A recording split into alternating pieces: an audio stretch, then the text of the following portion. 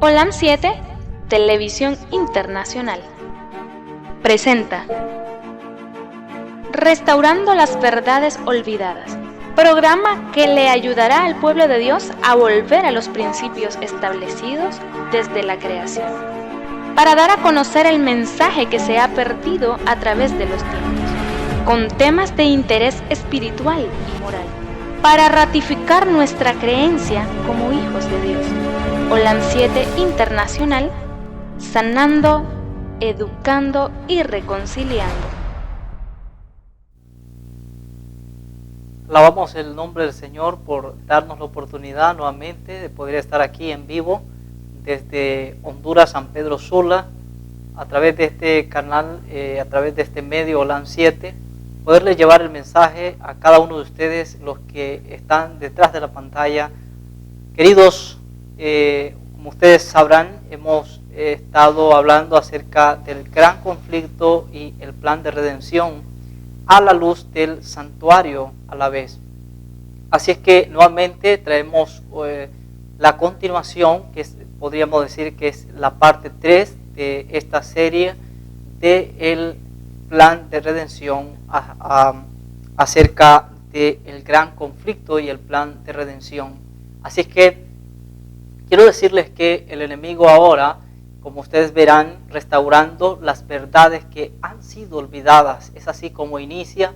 Y queridos, hoy el mundo se ha olvidado de ciertas verdades que es necesario restaurar esas verdades ahora. Y a la luz de estos mensajes que estamos compartiendo, nos vamos a dar cuenta realmente en qué guerra es la que nosotros nos encontramos ahora.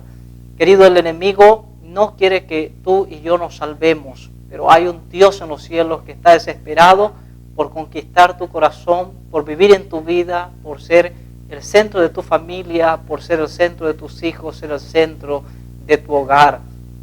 Y quiero decirte que hay esperanza en el nombre del Señor. No importa cuántos problemas tú tengas ahora, no importa cuántas dificultades tú tengas ahora, querido, hay victoria en el nombre de Jesús.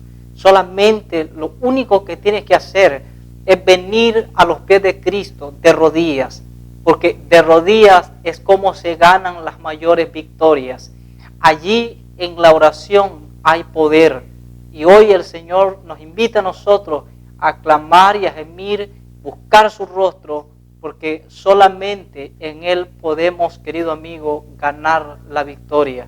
Por eso yo te animo en el nombre de Cristo que tú puedas venir a Él y que tú puedas seguir mirándonos a través de OLAM 7 Honduras. Vamos a inclinar nuestro rostro para orar a nuestro Dios, cantaremos un canto hermoso y luego iniciaremos un estudio de la palabra de Dios. Querido Padre que estás en los cielos, al contemplarte a ti, Señor, como nuestro Creador, al contemplarte en toda tu santidad, tu pureza, y al mirarnos a nosotros nos damos cuenta qué indignos somos. No merecemos tu perdón, no merecemos tu amor, no merecemos tu gracia, Señor. Una y otra vez, constantemente te hemos fallado, pero hoy nuestra lucha, Señor, es lograr con la ayuda de Cristo modelar nuestro carácter a la imagen de Jesús. Con todo el corazón y con sinceridad, Señor, ven a nosotros a través del poder del Espíritu Santo. Y te suplicamos, Señor, que tu palabra tenga tal poder que pueda transformar nuestro corazón, pueda enseñarnos las verdades que usted tiene especialmente para este tiempo final. Que aunque el enemigo ha pisoteado la verdad, Señor, usted tiene un pueblo que va a restaurar esas verdades que han sido olvidadas. Padre eterno, gracias por su amor y su bondad. En el nombre de Cristo Jesús. Amén y amén, Señor. Amén. Queridos amigos, queridos hermanos, vamos a cantar un canto muy hermoso que tiene que ver con el grande amor de Dios, que tiene que ver con la misericordia de Dios para toda la raza humana. Ese canto se llama ¿Qué me puede dar perdón? Solo de Jesús la sangre. Cantemos ese canto con gozo y alegría.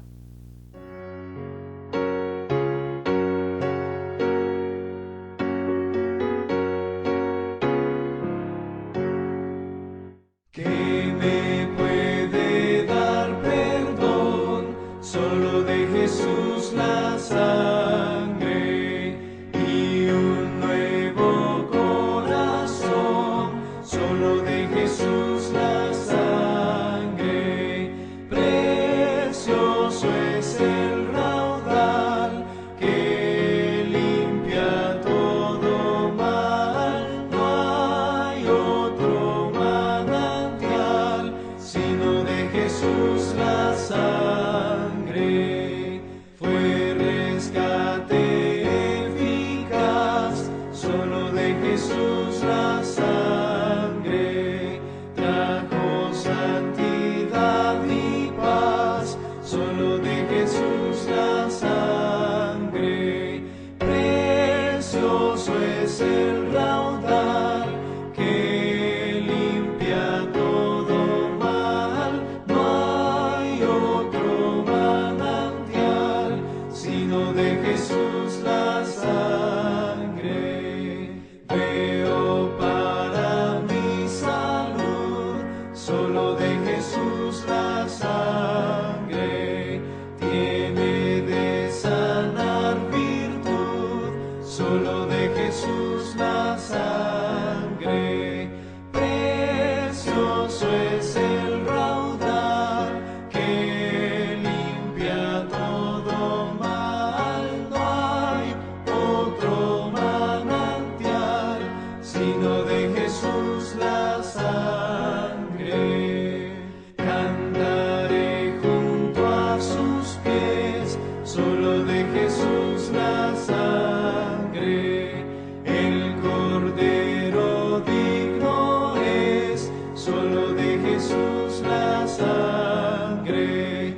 Precioso es el raudal que limpia todo mal. No hay otro manantial sino de Jesús la sangre. Qué hermoso canto, queridos amigos. Solo en Jesús podemos obtener perdón. Solo en Jesús podemos tener salvación. Y solamente a través de su sacrificio, a través de su muerte en la cruz del Calvario, es como tú y yo podemos entrar al reino de los cielos. Así es que nos llama la atención ese canto. Realmente es un mensaje al corazón, queridos, y realmente es un tema que nos ayuda a reflexionar, a darnos cuenta que la salvación no depende de nosotros, no depende de obras, depende únicamente por el grande amor de Dios al venir a morir a la cruz del Calvario y darnos así vida eterna. En esta hermosa hora vamos a continuar hablando acerca del santuario. En el tema número 2 terminamos acerca de que en el cielo hay un santuario. Dios le dijo a Moisés que necesitaba hacer el santuario terrenal idéntico como él se lo había mostrado, porque ese santuario terrenal es un prototipo del santuario celestial. Ahora quiero decirles, queridos amigos y hermanos, que a la luz del santuario nosotros nos vamos a dar cuenta acerca de la batalla que hay entre Cristo y Satanás, y también nos daremos cuenta que cómo Dios nos presenta el plan de salvación. Pero también a la luz del santuario descubrimos grandes verdades que principalmente en este tiempo han sido olvidadas, grandes verdades que en nuestro tiempo han sido pisoteadas.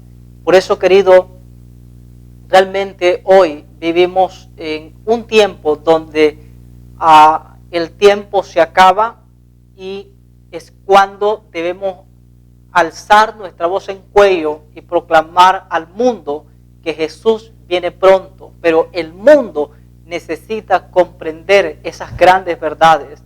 Por eso vivimos en un tiempo donde existe una enorme y grande confusión en nuestros días.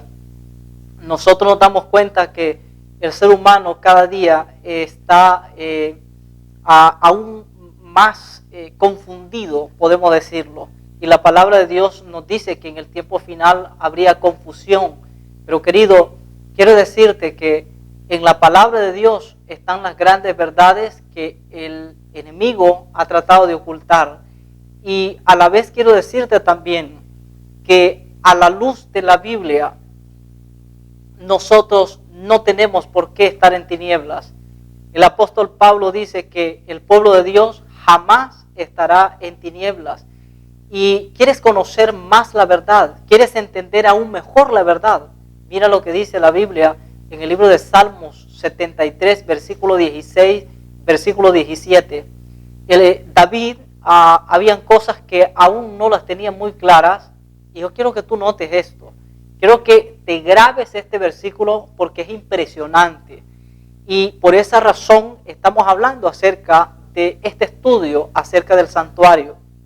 En el libro de Salmos 73, versículo 16, la palabra de Dios nos dice lo siguiente. Vean ustedes en la Biblia, y dice así: cuando pensé para saber esto, fue duro trabajo para mí. David dice, cuando yo pensé para saber esto, fue duro trabajo para mí. En otra versión dice que cuando traté de entender esto, dice, fue duro trabajo para mí. Me llama la atención y nos preguntamos, ¿qué es lo que David no entendía? Porque dice, cuando traté de entender esto, cuando traté de saber esto, fue duro trabajo para mí. ¿Qué es lo que él no sabía? Mira, así se encuentran miles de personas ahora sin conocer la verdad, sin conocer lo que dice la palabra de Dios. Pero en el versículo 17, David dijo lo siguiente, versículo 17, hasta que entrado en el santuario de Dios, comprendí el fin de ellos. ¿Te das cuenta lo que ese texto nos da a entender? Hasta que entrando en el santuario de Dios, comprendí el fin de ellos. Ahora quiero que tú analices este versículo. David dice que hasta que entró en el santuario de Dios, entonces comprendió el fin de ellos. Es decir, durante los temas que continúan acerca del santuario, vamos a estar recalcando estos dos versículos de la Biblia. Nos vamos a dar cuenta realmente que a la luz del santuario podemos entender las grandes verdades que están siendo pisoteadas ahora y que es necesario restaurar esas verdades. Ahora, mis amigos, en el santuario nosotros nos damos cuenta entonces que lo que ocurría en el santuario terrenal, lo que se hacía era un prototipo del santuario celestial. Ahora, el santuario estaba dividido en tres partes, por así decirlo. Quiero que veamos un diagrama, sin duda, para que ustedes puedan mirarlo acerca de cómo estaba compartido el santuario. Bíblicamente vamos a ver un pequeño dibujo en el cual nosotros podemos mirar cómo estaba diseñado el santuario. Así que ustedes pueden ver allí, bíblicamente estaba diseñado en tres partes, que una era el atrio, el otro era el primer apartamento, el lugar santo, y el otro era el segundo apartamento, que era el lugar santísimo. Así que, número uno, cuando ustedes ven allí cómo estaba diseñado, las puertas del santuario estaban al este y el lugar santísimo estaba prácticamente al oeste. Y vemos todo el recuadro que miramos ahí. El atrio era todo lo que era el cerco. Vamos a ver otra imagen, la cual nos muestra acerca del cerco que tenía el santuario. todo lo que es el cerco, esas columnas que ustedes ven, toda esa área era lo que realmente se le llamaba el atrio. Ahora ustedes pueden ver allí en el atrio, según la Biblia, vamos a ver algunos textos bíblicos que nos mencionan que en esas columnas habían 60 columnas por todas, según la palabra de Dios. El lado donde ustedes ven la parte más larga, habían 20 columnas, el otro extremo habían otras 20 columnas, y también en la parte de atrás del santuario, que era en el oeste, habían 10 columnas, y en la parte de enfrente, que era del este, esa parte habían, bíblicamente, la Biblia nos menciona de esta manera. Dice que habían 3 columnas a un lado, 3 columnas a otro lado, y habían 4 columnas en medio. Es decir, si tú multiplicas 3 y 3 al otro extremo, son 6 más 4 y medio, entonces son 4 columnas, son 10 columnas por todas. Por lo tanto, lo que quiero que recalquemos es que todo lo que es el santuario también apuntaba bíblicamente a Cristo. Ahí podemos mirar el plan de salvación. A la vez nosotros nos damos cuenta que a la luz del santuario podemos darnos cuenta que los judíos, ustedes recordarán que la palabra de Dios nos menciona y dice que vino lo que era suyo, pero los suyos no le recibieron. Así es que, ¿por qué no lo recibieron, querido? Jesús les aconsejó algo en San Juan 5:39, escudriñad las escrituras, porque el tal parece que en ellas tenéis la vida eterna. Ellas son, dice, las que dan testimonio de mí. Y recuerden que también en el Evangelio de San Juan, Jesús escribió y dijo lo siguiente, San Juan 5, hay una cita bien interesante, aparte de San Juan 5:35, que me llama bastante la atención, 5:39, perdón, donde dice, escudriñad las escrituras, porque pensáis que en ellas tenéis la vida eterna, ellas son las que testifican de mí. Ahora, recuerden una cosa, que los judíos decían creer bastante en los escritos de Moisés, pero miren lo que dice en el versículo 45, por ejemplo.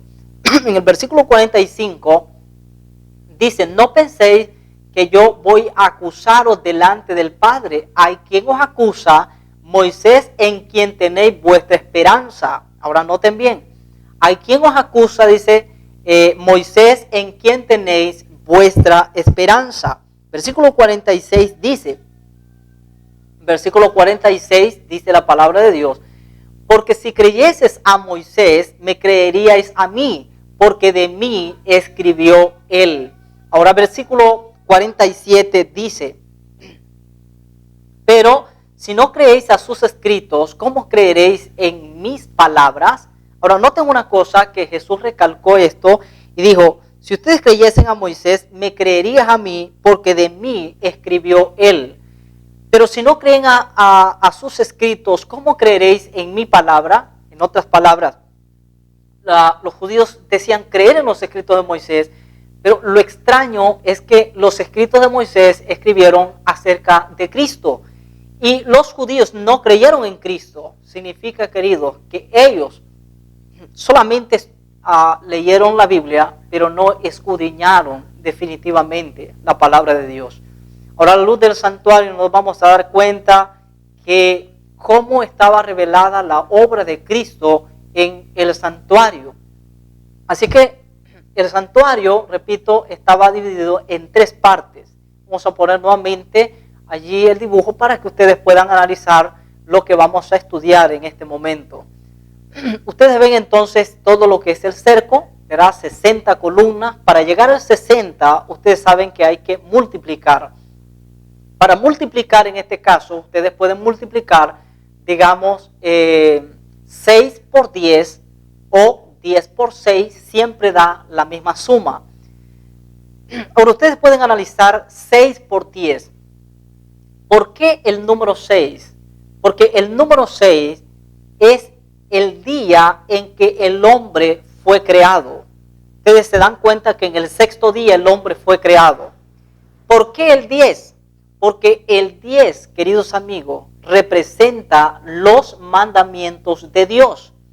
Por lo tanto, el hombre fue creado el día número 6 y el 10 es que el hombre tenía que, para conservar su carácter, tenía que conducirse bajo los 10 mandamientos, porque los mandamientos reflejan el carácter de Dios. Ahora yo espero que a la luz de la Biblia ir comprobando cada detalle de ellos. Ahora, quiero que analicen lo siguiente también. ¿Qué representan las columnas según la palabra de Dios? Las columnas, en el libro de Jeremías, capítulo 1, versículo 18, la palabra de Dios dice lo siguiente. ¿Qué representan esas columnas? Esas columnas representan al pueblo de Dios en la tierra. Ahora mira, Jeremías capítulo 1, versículo 18 dice la palabra de Dios. Dice así, en este día te he puesto como, dice, porque he aquí yo te he puesto en este día como ciudad fortificada, como columna de hierro, como muro de bronce contra toda esta tierra, contra los reyes de Judá, sus príncipes, sus sacerdotes y el pueblo de la tierra. Qué impresionante, porque he aquí yo te he puesto en este día como ciudad fortificada, como columna de hierro. Ahora, en el libro de Timoteo, también la palabra de Dios nos dice, en el libro de Timoteo, vamos a buscar esta cita y veamos qué dice el libro de 1 Timoteo capítulo 3 y vamos a leer el versículo 15. También la Biblia nos aclara qué representan esas columnas. Veamos qué dice. 1 Timoteo capítulo 3 versículo 15 dice, para que si tardo sepas cómo debes conducirte en la casa de Dios, que es la iglesia del Dios viviente, columna y baluarte de la verdad. Así que las columnas del santuario representan al pueblo de Dios en la tierra. Ahora, vamos a ver nuevamente la imagen, lo cual ahí ustedes se van a dar cuenta entonces que esas columnas que ustedes ven allí representan el pueblo de Dios en la tierra. Ahora, cuando ustedes ven las puertas del santuario, ustedes ven allí la puerta del santuario, bíblicamente allí en medio habían 4 columnas, que esas 4 columnas hacían 3 puertas. Si ustedes ponen sus dedos de esta manera así, ustedes cuentan 1, 2, 3 puertas. Ahora vamos a leerlo en la palabra de Dios para que ustedes vean que esas columnas hacían 3 puertas. Vamos a leer, no vamos a leer todas las columnas, pero si ustedes quieren leer todo el pasaje, está en el libro de Éxodo capítulo 27, versículo 9 en adelante. Ahora, yo solamente vamos a detenernos en Éxodo capítulo 27 y vamos a leer en el versículo 13 en adelante. Noten bien lo que dice la palabra de Dios. En el ancho del atrio, por el lado del oriente al este, habrá 50 codos. Versículo 14 dice, las cortinas a un lado de la entrada serán de 15 codos y sus columnas 3 con sus 3 bases. Es lo que yo les estaba explicando, 3 columnas a un lado, 3 columnas a otro lado. Veamos lo que dice el versículo 15. Versículo 15 dice, y al otro lado 15 codos de cortina, sus columnas 3 con sus 3 bases. Ahora el versículo 16 dice lo siguiente, y para la puerta del atrio habrá una cortina de 20 codos de azul, púrpura y carmesí, lo cual significa que cada puerta tenía un color distinto. Por lo tanto, número 1, color azul, púrpura, que es morado, carmesí, que es rojo, lino torcido de obra de recamador, sus columnas 4 con sus 4 bases. Así es que ustedes pueden notar entonces que lo que estamos diciendo, lo estamos diciendo porque la palabra de Dios así lo explica. Ahora nota bien entonces que habían bíblicamente 4 columnas, esas 4 columnas hacen 3 puertas, esas 3 puertas hacen lo que son 3 colores distintos. Así que hoy vamos a analizar un poco acerca de la obra de Cristo en el atrio. Ahora, en primer lugar quiero que analicemos la puerta, en realidad las puertas, que habían 3 puertas. Ahora, quiero que vayamos en la palabra de Dios en el Evangelio de San Juan, en el capítulo 10, versículo 9.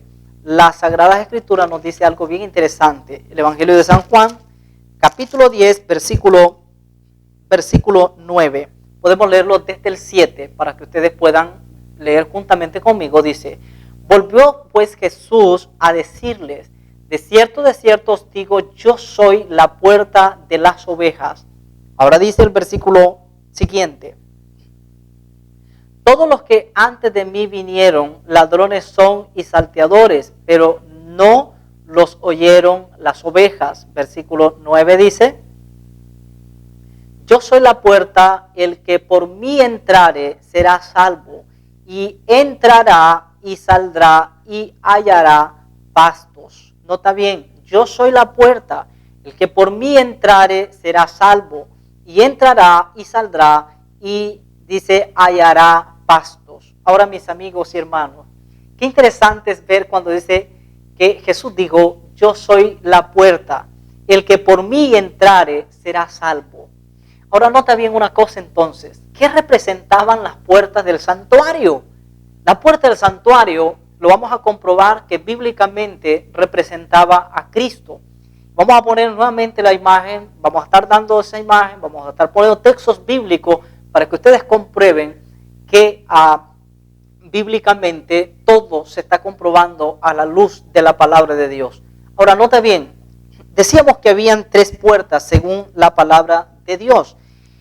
Esas puertas bíblicamente eran, dijimos, podemos leerlo en Éxodo 26, versículo 36, ahí dice lo siguiente, nota bien, Éxodo 26, 36 dice: para la entrada a la tienda hará una cortina azul, púrpura, carmesí y lino torcido, obra de bordador.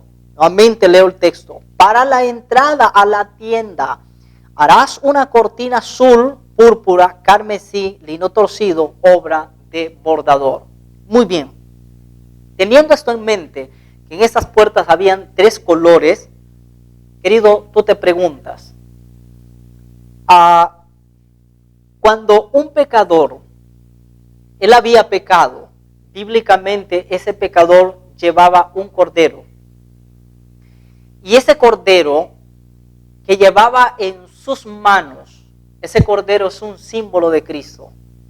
Pero quiero que tú analices que las columnas representan el pueblo de Dios, las puertas significa a Cristo en realidad, los colores también tienen un significado precisamente para nuestro tiempo ahora.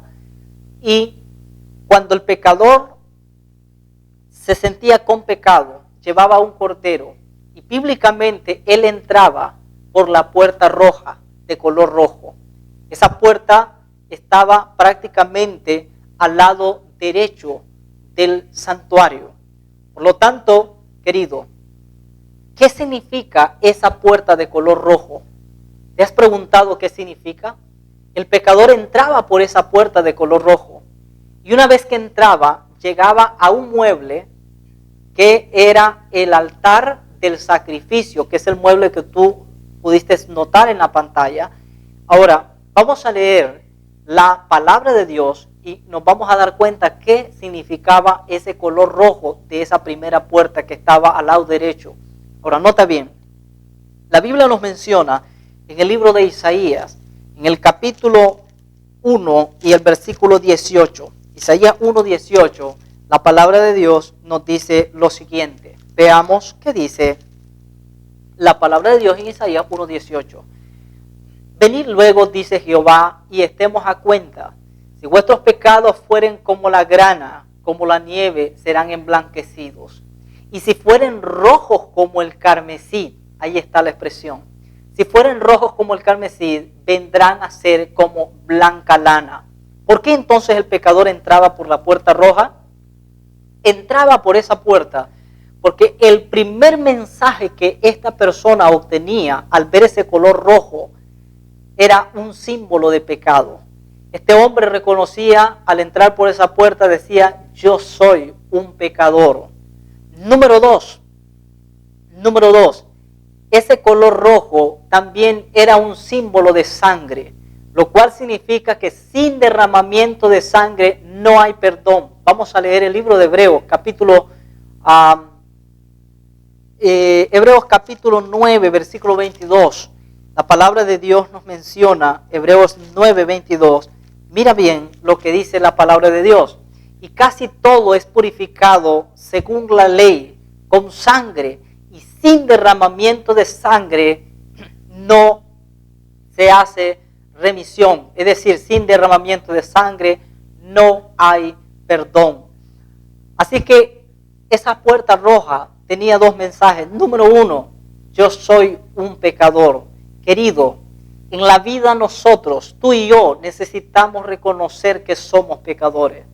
Si tú no reconoces que tú eres un pecador, querido, difícilmente tú puedes entrar por la puerta. Y la puerta es Cristo. Difícilmente tú puedes entrar al reino de los cielos. Pablo reconoció y dijo que el Señor vino a salvar a todos, dice, de los cuales yo soy el primero. Pablo reconoció que él era pecador. Hay mucha gente hoy día que cree, dice, yo soy buena gente, yo no le hago males a nadie. Pero querido, déjame decirte una cosa. Si tú eres bueno, gloria a Dios por eso. Si tú ayudas a las personas, gloria a Dios por eso. Pero quiero decirte una cosa. Desde el momento en que nosotros nacemos con una naturaleza pecaminosa. Salmo 51, versículo 5, el salmista David fue claro. Y él dijo, en cambio en maldad nací yo, y en pecado me concibió mi madre. Nosotros todos nacemos en pecado. Por una y otra razón, siempre el pecado está, podríamos decirlo, erradicado en nuestra mente. Pero solo con el poder de Cristo tú puedes eliminar el pecado de tu mente, de tu corazón. Por eso, querido, el texto de Isaías dice, no importa cuánto hayas pecado, si tus pecados sean como la grana, si tus pecados son rojos como la carmesí, dice el Señor, ven a mí y yo te limpiaré, yo te voy a purificar, yo te voy a limpiar. Querido, el único que puede limpiarnos de la mancha del pecado solamente es Cristo Jesús. Yo te animo en el nombre del Señor que vengas a Él, que reconozcas que eres un pecador y que necesitas ser perdonado por la sangre del Cordero. Ahora la Biblia nos menciona que cuando el pecador entraba por esa puerta roja, el pecador llegaba a lo que era al altar del sacrificio. Cuando tú vistes la imagen, si podemos mirarla otra vez, podemos darnos cuenta que entraba a lo que era el primer mueble que estaba allí, donde ven allí al sumo sacerdote, era el altar del sacrificio. El pecador llevaba el cordero en ese altar y bíblicamente el pecador entraba hasta allí y ese pecador ponía las manos encima del cordero. Una vez que el pecador ponía encima sus manos, confesaba sus pecados simbólicamente eran transmitidos al Cordero. Ahí se cumple lo que dijo el salmista David en Salmos 32. La pantalla puede permanecer aún allí y vamos a leer la cita de Salmos 32. Y dice en Salmos 32, dichoso aquel a quien es perdonado su transgresión y cubierto su pecado. Eso dice Salmos 32:1. Dichoso el hombre a quien el Señor no culpa de pecado y en cuyo espíritu no hay engaño. Pero el versículo 3 dice, mientras callé se envejecieron mis huesos en mi gemir todo el día, porque de día y de noche se agravó sobre mí tu mano y mi verdor se volvió en sequedad de verano. David está expresando, mientras callé, mientras oculté mi pecado, mientras yo no confesé mi pecado, dice él, se envejecieron mis huesos en mi gemir todo el día. Querido amigo que me estás escuchando, querido hermano, mientras tú no confiesas tus pecados, querido, es difícil que tus pecados sean perdonados. Ahora la Biblia dice, David dijo, mientras yo callé, se envejecieron mis huesos en mi gemir todo el día, y de día y de noche se agravó sobre mí tu mano, mi verdor se volvió, dice, en sequedad de verano. ¿Te has sentido solo alguna vez? ¿Te has sentido seco alguna vez? ¿Te has sentido vacío alguna vez? Querido, cuando Jesús no mora en el corazón, la vida es una vida vacía. Cuando Jesús no habita en la vida del ser humano, es una vida sin sentido, una vida sin esperanza. Por eso yo te animo en el nombre del Señor que puedas venir a los pies de Cristo, porque solamente en Él hay esperanza y solamente en Él hay perdón. Cuando el pecador ponía las manos sobre el cordero en el altar del sacrificio, dice Salmos 32:5, entonces te declararé mi pecado, no encubrí mi culpa, dije, confesaré mis rebeliones al Señor y tú perdonaste la maldad de mi pecado. Y yo digo, alabado sea el nombre del Señor, porque cuando tú confiesas tus pecados, el Señor te perdona, el Señor te limpia, el Señor purifica. Querido, es tiempo de ir a los brazos de Cristo Jesús. Si tú no has ido a Él, ven a Él, confiesa sus pecados, Él te limpiará, Él te ofrece el perdón. Ahora la Biblia nos menciona y dice que una vez que el pecador confesaba los pecados con las manos puestas sobre el cordero era degollado. Eso es un símbolo de que sin derramamiento de sangre no hay perdón. Pero el cuerpo de ese cordero era quemado en ese altar del sacrificio. Ahora sucedían dos cosas. El cuerpo era quemado en el altar del sacrificio, pero la sangre de ese cordero, parte de esa sangre, la tomaba el sumo sacerdote. Y el sumo sacerdote entraba al lugar santo, que es el primer apartamento que ustedes pueden ver, y rociaba no el primer velo, sino el segundo velo que dividía el lugar santo del lugar santísimo. Por lo tanto, rociaba con la sangre, rociaba ese velo, lo cual, querido amigo, significa el cuerpo quemado en el altar de sacrificio es el cuerpo de Cristo ofrecido como ofrenda para rescatar la raza humana. La sangre es que sin derramamiento de sangre no hay perdón. Por lo tanto, el altar de sacrificio lo que representa es la muerte de Cristo en la cruz del Calvario. Cristo vino y murió a la cruz para quitar nuestros pecados. Murió en la cruz para salvarnos, para redimirnos, para ofrecernos el perdón y que por medio de su perdón, tú y yo podamos tener vida eterna. Ahora, cuando ese pecador salía, querido, ese pecador salía perdonado, ese pecador salía limpio. Y recuerda una cosa, el hecho de que ese pecador salía limpio, la palabra de Dios dice en 2 de Corintios capítulo 5, versículo 17, si alguno está en Cristo, nueva criatura es. Las cosas viejas pasaron y aquí dice, todas son hechas nuevas. Ahora, ¿por qué la Biblia dice nueva criatura es? Porque esta persona salía como una nueva criatura, pero ya no salía por la puerta roja, querido, salía por la puerta azul. Y tú te preguntas, ¿qué representa entonces el color azul? La puerta de color azul que estaba en la otra orilla, la puerta morada estaba en medio. ¿Qué representa el color azul? Queridos, vamos a leer la palabra de Dios. Y por la palabra de Dios vamos a comprobar, y esta cita sí es impresionante, que ustedes puedan leerla juntamente conmigo. En el libro de Números capítulo 15, la palabra de Dios dice lo siguiente. Miren lo que dice el libro de Números capítulo 15, vamos a leer el versículo 38 y el versículo 39. Números capítulo 15, versículo 38 y 39 dice, habla a los hijos de Israel y diles que se hagan franjas en los bordes de sus vestidos por sus generaciones y pongan en cada franja de los bordes un cordón azul. ¡Wow! ¡Qué interesante! Un cordón azul. ¿Qué representa entonces el color azul?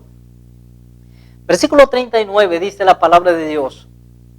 Dice, y os servirá de franja para que cuando lo veáis os acordéis de todos los mandamientos de Jehová, para ponerlos por obra, y no miraréis en pos de vuestro corazón y de vuestros ojos, en pos de los cuales os prostituyáis. Queridos amigos, más claro no puede estar. Dice el texto claramente, y os servirá de franja, para que cuando lo veáis os acordéis de todos los mandamientos de Jehová. ¿Qué representa el color azul entonces? El color azul representa los mandamientos de Dios. ¿Por qué el pecador entonces salía por la puerta azul? La razón, amigo mío, hermano, salía por la puerta azul porque el color azul significa justicia. El color azul significa los mandamientos de Dios, lo cual significa que si salía por la puerta azul, los mandamientos de Dios ya no lo condenaban. Los mandamientos de Dios hacen dos cosas: o te liberan o te condenan, o te condenan o te liberan. Por eso en el libro de Santiago 2:12 dice, así obrad, así hablad como los que habéis de ser juzgados por la ley de la libertad. La ley hace dos cosas en la vida del ser humano. Mira, si tú obedeces los mandamientos de Dios no te condenan. Los mandamientos de Dios te liberan.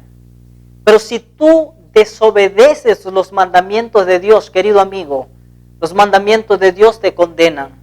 Ahora mira lo siguiente. Los mandamientos de Dios no te salvan. Pero si tú no obedeces los mandamientos de Dios te condenan. Creo que estoy siendo claro con lo que estoy diciendo. Por lo tanto, querido, la Biblia nos habla claramente. El pecador salía por la puerta azul, salía justificado. Ahora, querido, te preguntas entonces, ¿qué representa la puerta de en medio de color morado? Querido, el color morado no es un color legítimo en sí. Para hacer el color morado hay que hacer una mezcla. La mezcla que hay que hacer es mezclar rojo y es mezclar azul. Entonces, cuando tú mezclas azul y rojo, ambos colores mezclados, entonces hacen un color morado. Ahora quiero explicarte entonces. El color azul representa divinidad. Cristo siendo Dios.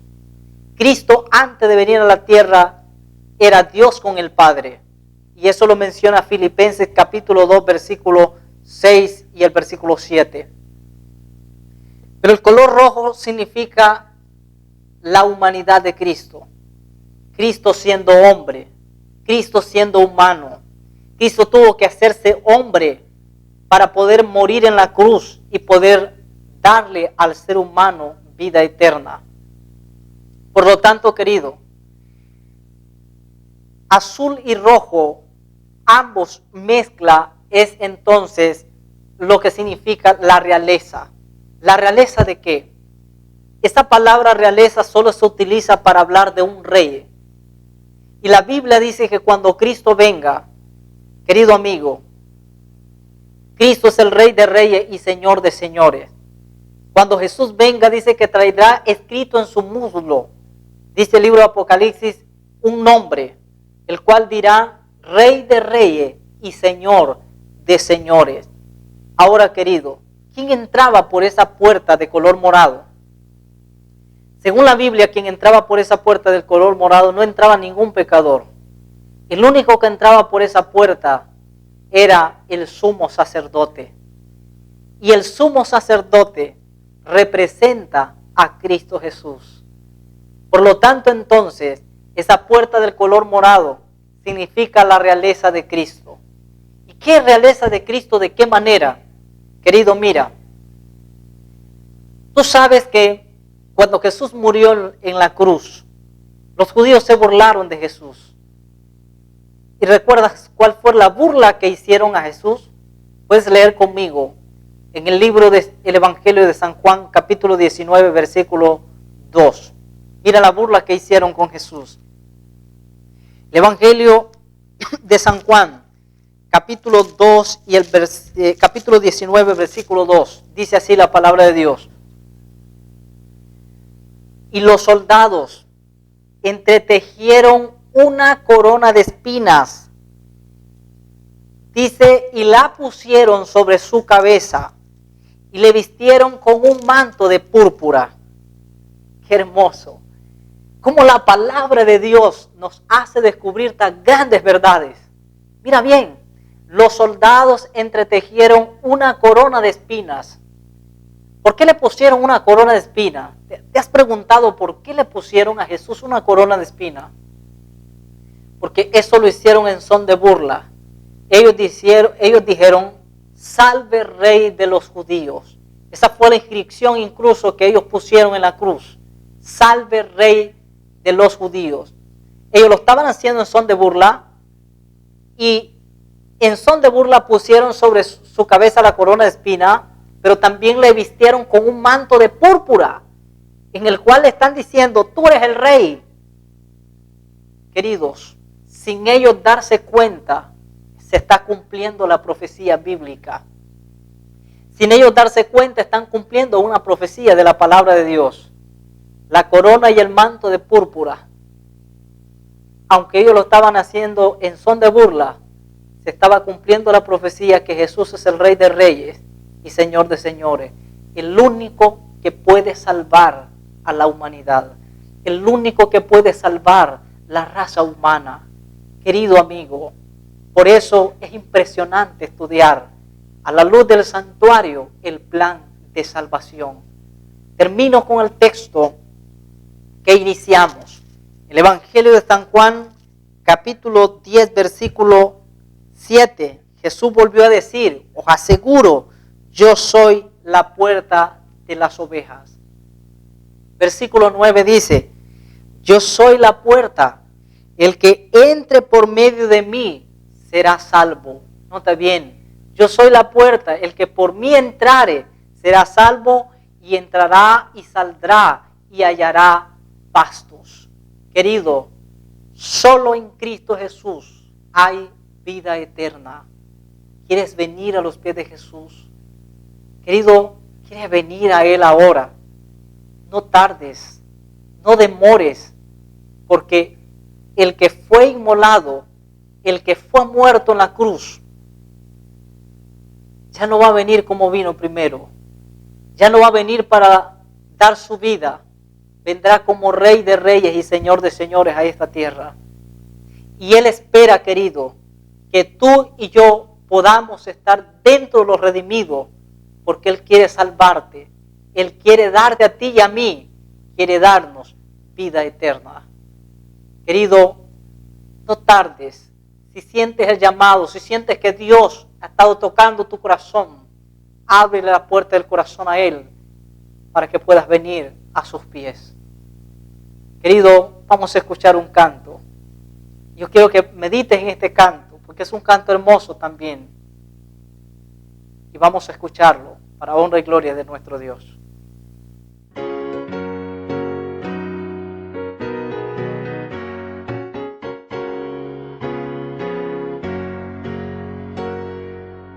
Gran gozo hay en mi alma hoy, Jesús conmigo está, contento con su amor estoy, su dulce paz me da, brilla el sol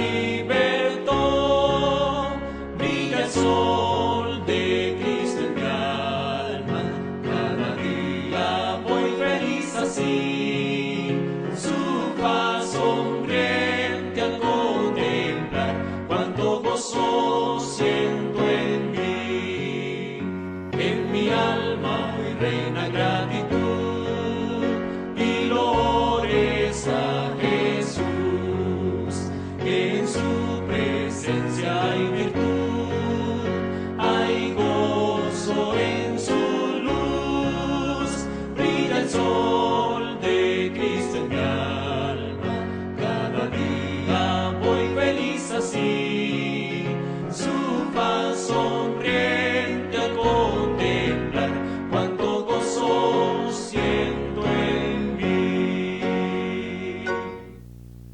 Así es, mis amigos, solamente hay gozo en Cristo Jesús. En realidad, fuera de Cristo, nuestra vida no tiene sentido.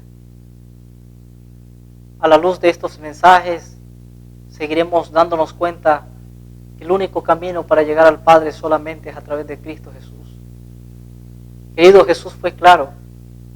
Y Jesús dijo: sin mí nada podéis hacer.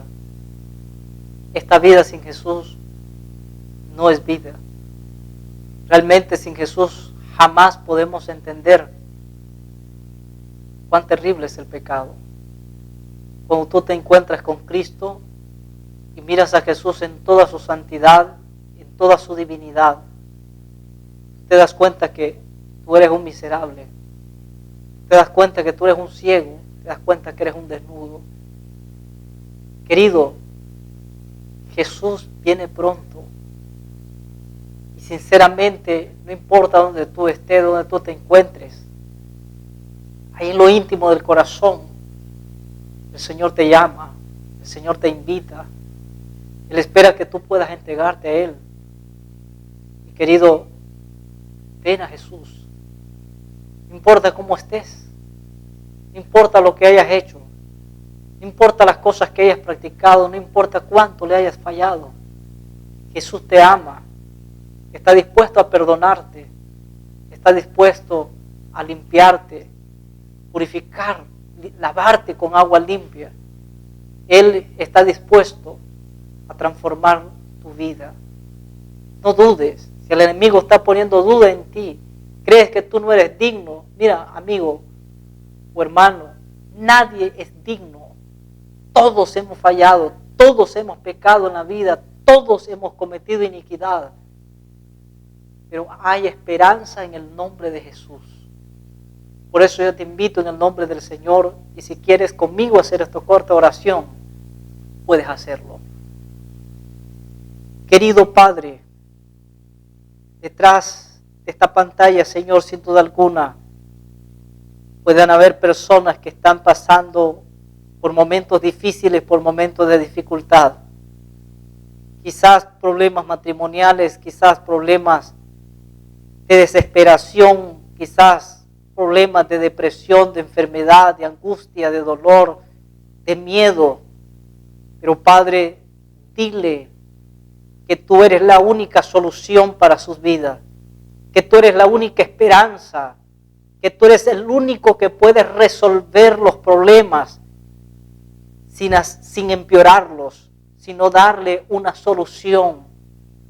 Mi Dios del cielo, que a través del poder del Espíritu Santo este mensaje pueda quedar grabado en la mente y en el corazón de aquellas personas que nos ven.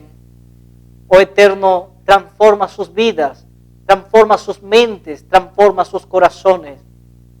Gracias, Padre Eterno, por escucharnos. Gracias, Padre, por amarnos. En el nombre de Cristo Jesús oramos. Amén y amén, Señor. Que Dios les bendiga, queridos amigos, queridos hermanos, queridos televidentes. Que la paz de Dios sea con cada uno de ustedes. Dios les bendiga.